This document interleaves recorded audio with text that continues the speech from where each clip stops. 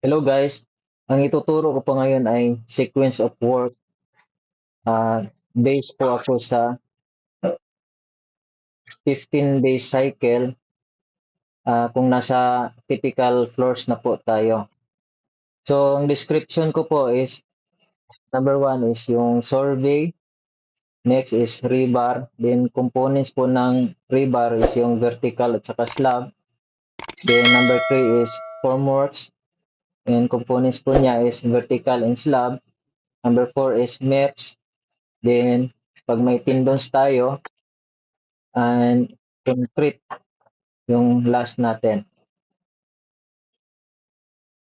So, first natin na sequence sa work is yung survey. So, day 1 at saka day 2, ang nilalagay ko is survey dahil magli-layout po sila ng vertical, then followed nito yung para sa beam and slab.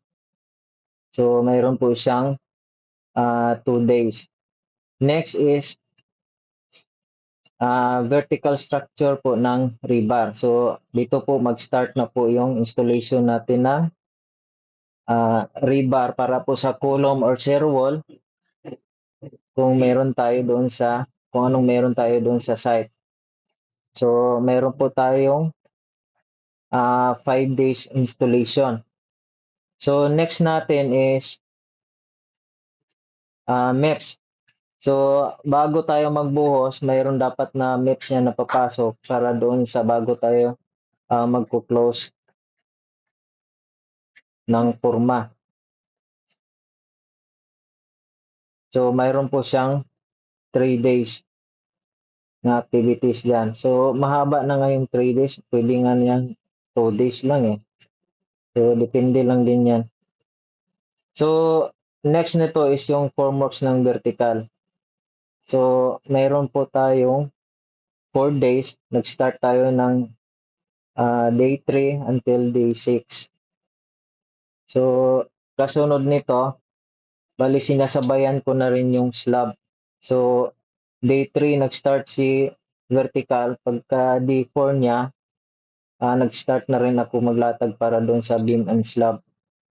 So, mayroon po akong 11 days kabuuhan para doon sa slab. Next ko is yung concreting para doon sa vertical structures natin. So, pang day 5 until day 7. So, mayroon po akong 3 days para sa buhos ng vertical. Next naman is yung rebar natin para sa slab. So, nag-start ako dito ng formworks sa day 4. Pagdating ko ng day 7, dapat maka-start na po ako ng rebar installation para sa slab. So, until 14 days. So, ito, hinabaan ko na, sinagad-sagad ko na kasi mayroon din naman tayong inspection. So, kasama na dito yung punch listing ng QQC. So, may 9 days po yung rebar installation natin ng slab. Next naman niya is MEPS. So, pagdating ng day 9 until day 13, so pumapasok yung MEPS natin para maglatag ng mga tubo dito sa slab natin. So, sasabay yung mga yan. So, mayroon po tayong 5 days na binibigay para doon sa MEPS natin. So, next is pag mayroong tendons tayo sa project natin, so nilalagay ko siya pang day 10. So, until day 13. So, meron po siyang 4 days na activities. So, 1 day ang pagitan nila ni MEPS. So, dapat ganun lang talaga ang pagitan niyan. Halos magkasabay na yung mga yan. So, lastly is yung concreting natin na pang 15 days. So, ang ginawa ko is 1 day lang, pero mostly sa buhos pag slab, tumatagal tayo ng 2 days. So, okay lang naman dahil ito naman konkreto na ito. So, kung 15 days tayo, nadidelay tayo pagdating dyan. So, dahil nakakuha tayo ng additional pa na isang araw, so magiging 16 days ang mangyari nito. So ito naman, granted naman kung maniningil tayo ng EOT dahil buhos naman yung pinag-usapan na dyan. So next kong gagawin is kukunin ko po yung productivity rate base dito sa ginawa kong sequence of work kung okay ba or nalulugi tayo pagdating pag nangungontrata tayo. So unahin ko is yung rebar. So sa rebar, unahin ko yung vertical structures. So ang quantity ko sa vertical structures ko is 34,424.91 kilograms.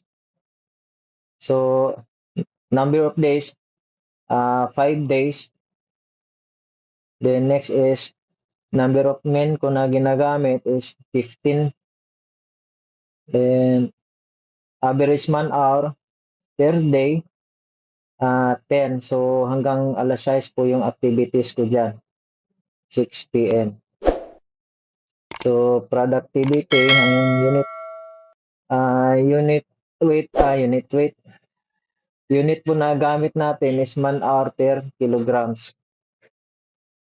So ito po yung ginagamit kong formula, P equals DMA over Q. So mayroon po akong isang video na dinidiscuss ko na po ito kung ano yung pag nangungontrata tayo, yun po yung maganda gamitin. So sa pagkuha ng parameter, so ang number of days, 5 days, then 15 men times average man hour na 10. So over quantity. So ang parameter po na nakukuha natin is 0.022 man hour per kilograms. So ito po yung productivity rate na nakukuha natin. So sa productivity rate na nakukuha natin, masasabi ko na safe ito pag tayo po ay nangungontrata. Kasi based dun sa isa kong video, yung bali standard na ginagamit ko is 0.075. So ito, masyadong mabilis ito sa activities na ito. So next is slab. Ang quantity ko po is 31,725.05 kilograms. So number of days, 9 days. So ito po yun. So manpower, same lang, 15 men. So after po ng vertical natin, papasok po sa D6 slab. So continuous lang yung trabaho ng steelman natin. Average man hour per day, same lang 10. So hanggang alas 6 po yung activities natin. So kukunin natin yung productivity rate. So 9 times 15 times 10. So divide natin ng quantity. So ito ha, kung na-confuse kayo kung paano makuha itong man hour per kilogram na to. So ito, lagyan nyo lang to ng ano bang unit nito, days. So itong 15, so walang unit po ito dahil number of men lang po yan.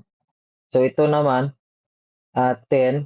So 10 man hour per day po yan. So makakancel po yung kuan nito, days. So man hour yung matira. Dito naman is kilogram. Kaya ang man hour na matira dito over kilogram. So ito naman yung na-come up natin, 0.042 man hour per kilograms. Masabi ko rin na okay ito dahil medyo mabilis. Malayong malayo sa 0.075. So next natin is yung formworks. So ang una sa formworks ko is yung vertical. So ang quantity ko is 259.33 square meter. So number of days, 4 days.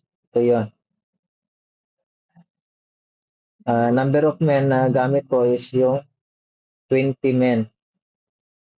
Average man hour, same lang, 10 man hour per day. Then, productivity rate, man-hour per square meter. So, ito yung productivity natin na formula. 4 times 20 times 10 over 259.33. So, same lang dito pag nilagyan nyo to ng units. So, ang come up din dyan is 1 hour per square meter. So, 3.08. So, ito naman, masasabi ko rin na okay rin itong productivity natin. Kung nangontrata tayo, hindi tayo nalulugi. Kasi ang mostly ginagamit natin dito is 4 to 4.5 or start na magre-range po yan ng 4 to 5, 4.5. So, next is yung slab.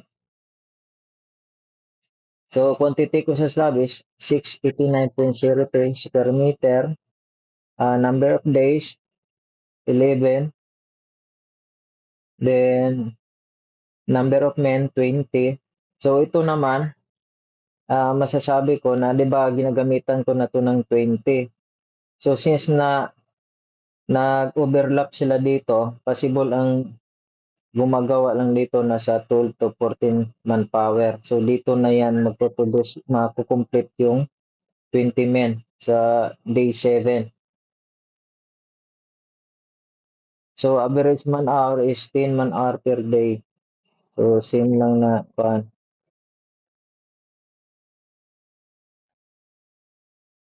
So, 11 times 20 times 10 over 689.03.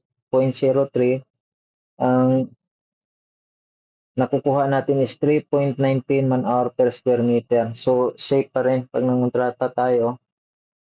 Pasok, kumbaga. So, next is concrete. So, vertical. Quantity ko sa vertical is 70 cubic. So, number of days, 3 days. So, ito yun number of men, 7. Then, average man hour, 10 lang yung ginagamit ko. Pero mostly nito, pag vertical, lumalagpas pa sa 10. So, ito, assumption ko lang ito. Then, man hour per cubic meter. So, productivity rate, 3 times 7 times 10 over 70. Ang nakukuha nating productivity rate is 3 man hour per cubic meter. So, ito, medyo mabagal ang galawan natin dito kasi hindi naman, vertical kasi pag tayo nakaranas na magpabuhos, hindi basta-basta magpabuhos ng vertical structure. So, nandun rin yan, mayroon din mabagal. Mostly din dyan, kung malayo yung pinagkunan ng konkreto. So, possible tataas pa itong productivity rate natin kung mabagal yung takbo ng konkreto natin. Ibig sabihin yung supply. So, pag tumaas pa lang ng tumaas, medyo masasabi ko na magni-negative tayo kung tayo ay nangungontrata. So, sa slab naman, quantity ko is 207 cubic meter. Number of days, 1 day lang ang nilagay ko. Pero mostly nito, maabot ng 2 days. Kasi may finishing tayo or finish lang. Pero hindi maiwasan na pumapalo talaga sa 2 araw yung buhos ng slab. Lalo malaki, 200. Then sa availability din ng concrete. So gamit ko na manpower, 12. 12 po yung workers ko dyan. So average ko, inilagay ko lang dito is 16 man hour per day. So iba na dito sa average na ginagamit ko dito. Kasi medyo, sabi ko nga, medyo matagal pag nagbuhos ng slab. So, direct tayo sa solusyon natin. 1 times 12 times 16 over 207. Ang nakukuha po natin is 0.93 man hour per cubic meter. So, ito naman, sasabi ko na mabilis. So, tuloy-tuloy siguro ang konkreto nito. So although naka-concrete naman tayo, kalimitan naman pag slab, huwag tayong pumayag na i-clean and bucket yan. Pag lalo na mga ganito na cubic meter yung binubuhusan. So medyo safe pa rin kung basta ang buhos na clean and bucket ang gamit natin pag 50 cubic below. Pag 50 cubic above, huwag na kayong pumayag na gamitan pa ng crane and bucket yan, magkakaroon na tayo ng full joint yan sa konkreto. So, magkakaproblema rin tayo later on dyan. Tayo rin ang magre-repair sa mga finished product natin na konkreto. So, tandaan po natin, pinaka-importante po itong concreting. Kasi ito po yung finished product po ng activities natin. So, yung rebar, formworks, hindi na makikita yan. Pansinin ng mga amo natin pagkatapos po ng buhos. So pagbaklas ng forma, titingnan ka agad kung may mga ampaw-ampaw ba, lumalabas yung konkreto. Then meron naman tayong tamang procedure kung paano natin i-resolve yung mga honeycomb or di kaya lumalabas talaga yung rebar. Yun, meron din tayong mga injectable na mga products para dyan. So, ito lang po yung kailangan natin para ma-hit. Kasi importante po itong number of days cycle pagdating po lalo na sa mga typical floors o mga high-rise na mga building na ginagawa natin. Then sana po ay may natutunan kayo. Then yung mga bago pa lang po sa channel ko, sana po ay mag-subscribe, mag-likes and mag-share po. Marami pong salamat and God bless.